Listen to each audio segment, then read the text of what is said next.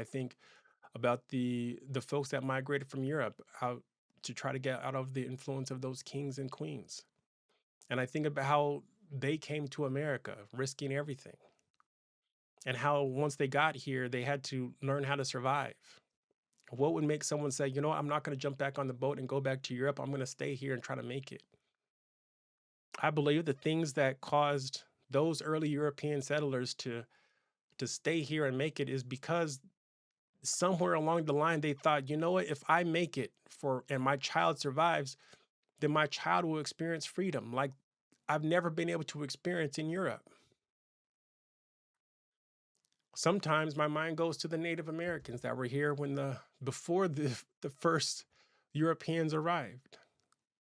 And I think about those Native Americans who were living, conducting business. They were living out their lives here. And I can think about what would make those Native Americans continue to help the Europeans, even though they see how the Europeans are now starting to take away the natural resources that they need in order to support their society. And I believe that when I put my mind back into the mind of a Native American, I can consider a Native American who knows he is taking a risk in helping out these new European travelers, but they know that it, a good man will take a risk on immigrants. A good man will take a risk on these people who are needy, who are seeking freedom. What type of people would we be?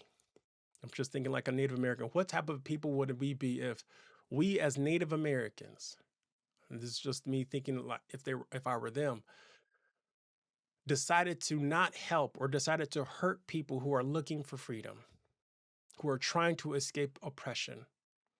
These are refugees. Shouldn't we take them in? Shouldn't we help them? Shouldn't we do our best that we can to make sure that these people are taken care of as if they are God's children? They're humans just like us.